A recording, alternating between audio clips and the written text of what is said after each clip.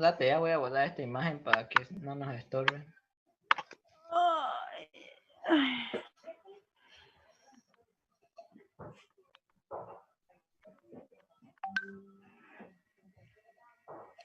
Sí.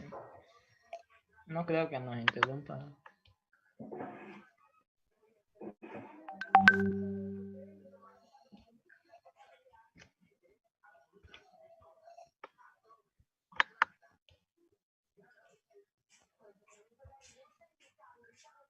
Ya, entonces, no creo que nos moleste esta imagen.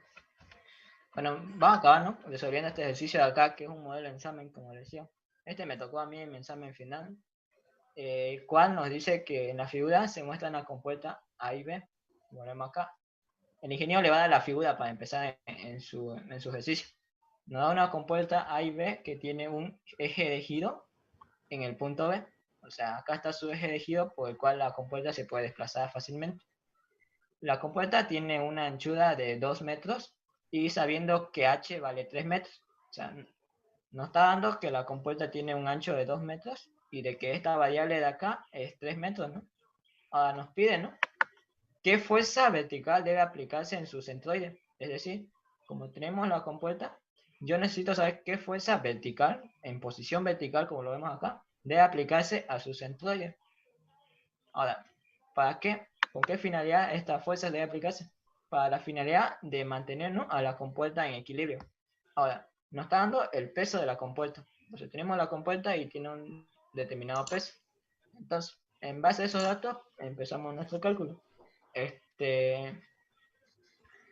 Como una observación acá, vemos, ¿no?, que en la gráfica no nos está dando la altura de la compuerta. O sea, no nos está dando la distancia entre el punto A y el punto B, que vendría a ser la altura de la compuerta. No nos lo está dando como dato del ingeniero. Eso lo tenemos que calcular. Otra observación, una trampa sería que nos está dando H y no nos está dando H. Pero como lo vemos en el esquema, la escala, ¿no?, parecía que no son iguales. Bueno, al ojo se ve que no son iguales.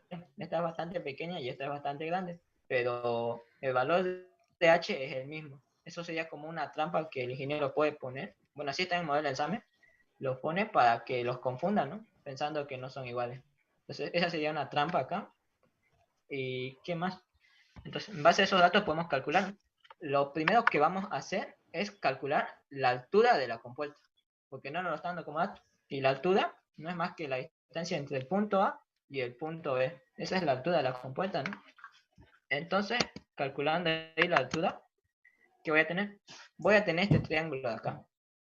Y este triángulo es esta distancia que es del punto A hasta el punto B, que es la altura de la compuerta, que lo voy a llamar A. Y H es su cateto opuesto, ¿no?, que H se proyecta acá. H está a nivel de A y está a nivel de B. ¿Y cuál es su ángulo? 45 grados. Entonces, calculo A conociendo H, porque es un triángulo, ¿no?, acá. Calculo A, voy a tener 3,2 metros. Recomendación, si por alguna razón le da así un número irracional, como vemos acá, ¿no?, que está en raíz, déjenlo así, porque si ustedes trabajan con más decimales, entonces van a acarrear más error, ¿no? Al ingeniero le gusta trabajar con decimales, con todos los decimales, ¿no? Es preferible trabajar así, ¿no?, con números irracionales, como en este caso acá. Aunque esto lo puedan llevar a decimales, pero como le digo, van a acarrear más error. Más error se puede producir. Entonces, una vez tenido A, va a ser la altura, ¿no?, de la compuerta. Es la distancia entre el punto A al punto B. ¿Qué representa A? Si lo vemos desde otra perspectiva, va a ser esto, ¿no? Así. La compuerta es rectangular, como nos dice, ¿no? Es una compuerta A y B. Es rectangular, su altura es A y su ancho es 2 metros, que nos lo está dando como dato. Entonces, teniendo esos datos, lo que yo puedo calcular ahora, la cota al centroide, ¿no?, que sería C sub G. Entonces, teniendo ya la altura de la compuerta, puedo calcular. ¿Y a qué va a ser igual la profundidad del centroide?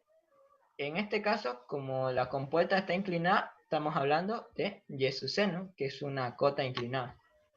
Y Y sub C, ¿a qué va a ser igual? Va a ser igual desde el nivel del fluido hasta el centroide de la figura, ¿no?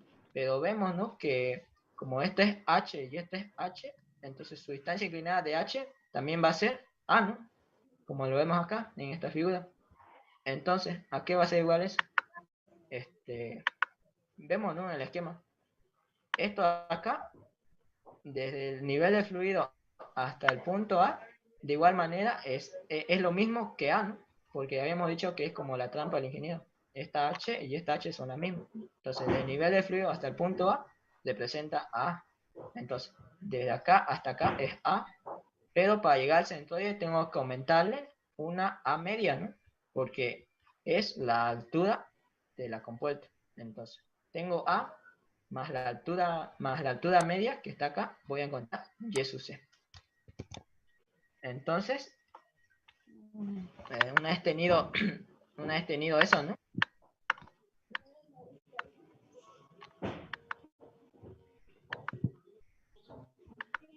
Ya. Entonces, una vez tenido la profundidad del centroide, lo único que hago es reemplazo datos, ¿no? Y voy a tener Y sub C. Entonces, una vez tenido Y sub C, puedo encontrar H sub C, ¿no? Que el H sub C lo encontramos por nuestro triangulito, ¿no? Que como sabemos, nuestro triángulo, que es de esta altura hasta el nivel del agua, es una cota inclinada, ¿no? Entonces, esto hemos hecho. Desde el nivel del agua hasta el centroide tenemos Y sub C. Pero entonces, para encontrar H sub C, se me forma este triángulo. H sub C y Y sub C. Como está acá, H sub C y Y sub C. Tengo Y sub C, que ya lo hemos calculado en base al esquema. Y el ángulo es 45 grados. Lo tengo acá, entonces calculo H sub C. Entonces, hasta acá ya he calculado el H sub C y he calculado las dimensiones, ¿no? Entonces ya puedo tener el área y puedo calcular fuerza resultante. ¿Por qué? Porque de esos datos depende, ¿no? La fuerza resultante. La densidad líquido es agua, ¿no?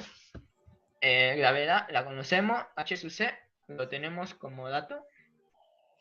Y el área lo podemos calcular, ¿no? De la forma de la compuerta de la figura, que es un rectángulo. Entonces, lo único que hacemos, reemplazamos datos. Área es A por B, B es 2 metros. Lo único que hacemos, reemplazamos datos. 1009,81, H sub C, 4,5 metros, que lo habíamos calculado de nuestro triángulo.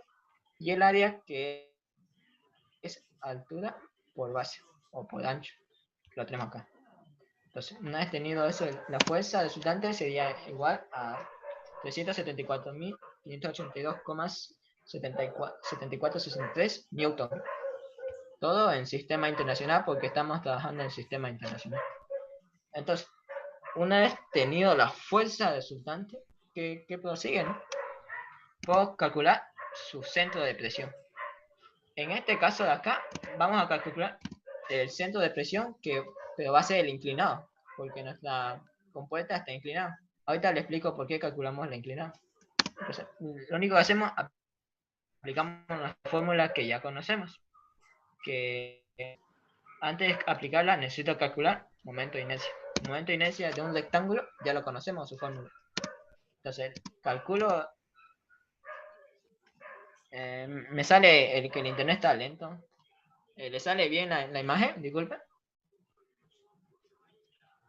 Sí. Listo. Entonces, bueno, lo único que hacemos, ¿no? Calculamos el momento de inercia, lo tenemos acá con nuestra fórmula. Y sub C, ya lo tenemos como dato. Y el área lo tenemos, ¿no? Que ya lo habíamos calculado con nuestra fórmula. Calculamos Y sub P. Y nuevamente verificamos. Y sub P es mayor a Y sub C, está correcto. 6,59 es mayor a 6,36. Entonces estamos yendo por buen camino. Entonces, una vez calculado Y sub P, bueno, lo graficamos, ¿no? Y sub P, que es desde el nivel del agua, como lo vemos acá en el esquema, desde el nivel del agua hasta el nivel del agua me representa el punto de aplicación de mi fuerza resultante, como lo vemos acá en el esquema. Ya hemos calculado Y sub P. Ahora lo que prosigue. Acá voy a hacer unos cálculos adicionales, como lo hicimos en el anterior ejercicio, ¿no? Que calculamos X. Nuevamente voy a calcular X, pero ¿qué representa X? X, como lo vemos, es 2H, que es esta altura total, desde el nivel de fluido hasta la profundidad, ¿no? De la compuerta. Entonces, X representa, en otras palabras, como lo vemos acá, esta distancia inclinada, ¿no? Que es desde el punto B hasta el nivel del agua. Eso representa X, desde el nivel del agua hasta el punto B. Calculado X ahí nos va a dar 6 por raíz cuadrada, un número irracional, ¿no? Entonces, calculado X, que es desde la articulación del punto B hasta el nivel del agua. Es una distancia inclinada, ¿no? Y lo vemos, ¿no?, en el esquema 2H, que este es su cateto, ¿no? Calculado X, lo que sigue ahora, lo graficamos, ¿no? Acá está X, desde el nivel del agua hasta el punto B, hasta la articulación. Lo tenemos X. Distancia para el peso.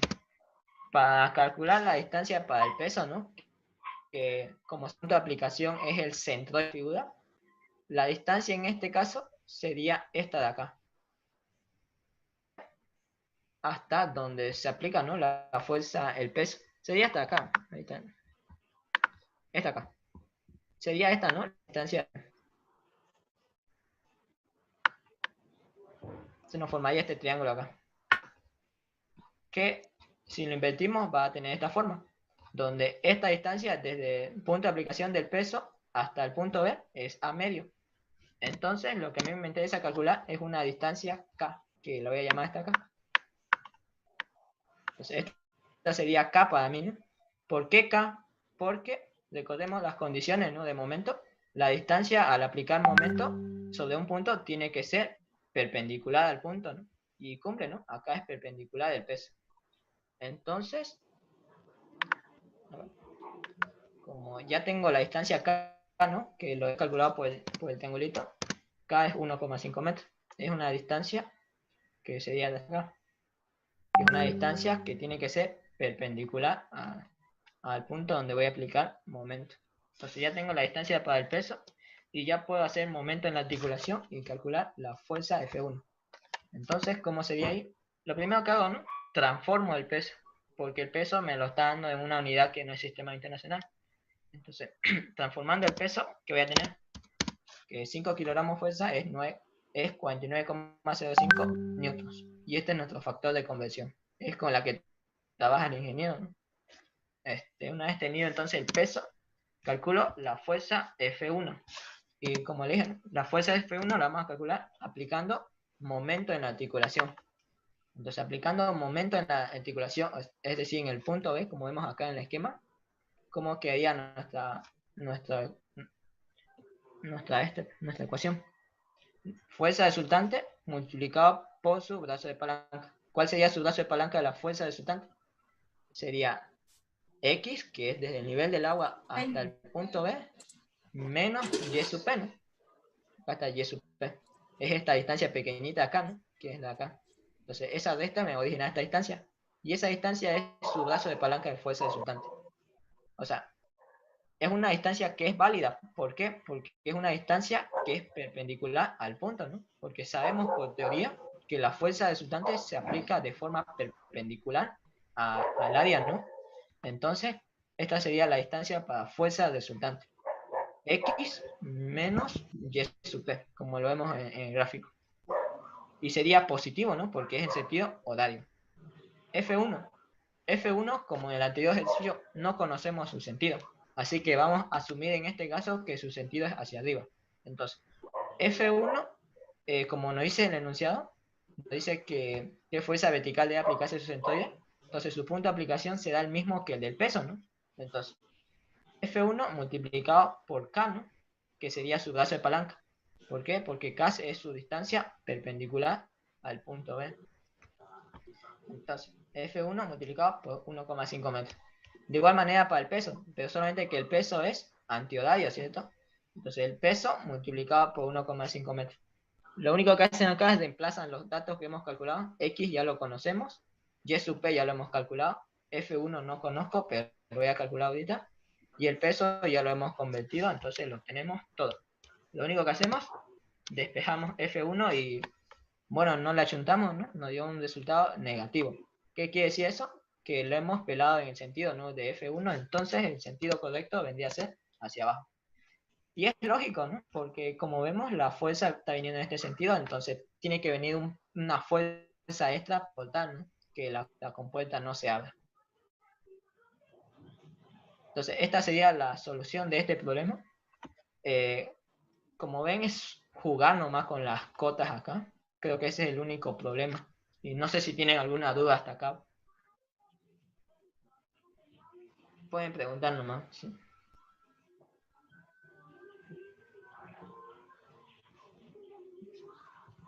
Bueno, entonces, esta sería la solución de este problema de acá. Con esto vamos a concluir. Y bueno, como una observación, ¿no? Hasta los ejercicios que hemos visto el día de hoy son ejercicios en el cual hemos visto un fluido. Es decir, hemos visto o bien agua o hemos visto bien aceite. Pero hay casos en compuertas donde se tienen 3 o 2 fluidos. O sea, en esos casos lo vamos a ver en otra clase. Vamos a ver cómo es la metodología. También otra observación. Las áreas que hemos trabajado son áreas sencillas, ¿cierto? Hemos visto rectángulos, triángulos. Pero hay áreas que son combinadas, es decir, son cuadradas y son circulares. Eso lo vamos a ver también en otra clase. Aunque el ingeniero, la verdad, no lo avanza eso, pero igual en forma de práctica, ¿no? Ya que hay mucho tiempo. ¿Qué más? Otra observación. También, como este ejemplo de acá, que no me dio para acabarlo, la verdad. Que como ven, el gráfico es una área parabólica. En este caso, el área tiene que calcular por integrales, que es por la regla de Barrow. Lo calculan el área por integrales, van a tener su valor. Y el procedimiento es lo mismo que hemos visto en el ejercicio. Esto lo va a mandar en PDF ya al grupo. Eso sería todo por hoy. No sé si tienen una pregunta. Practiquen integrales porque hay un modelo en examen donde sí entra áreas por la regla de Barrow. Quizá ya la hayan visto algunos ya. Eso sería todo entonces por hoy. Gracias por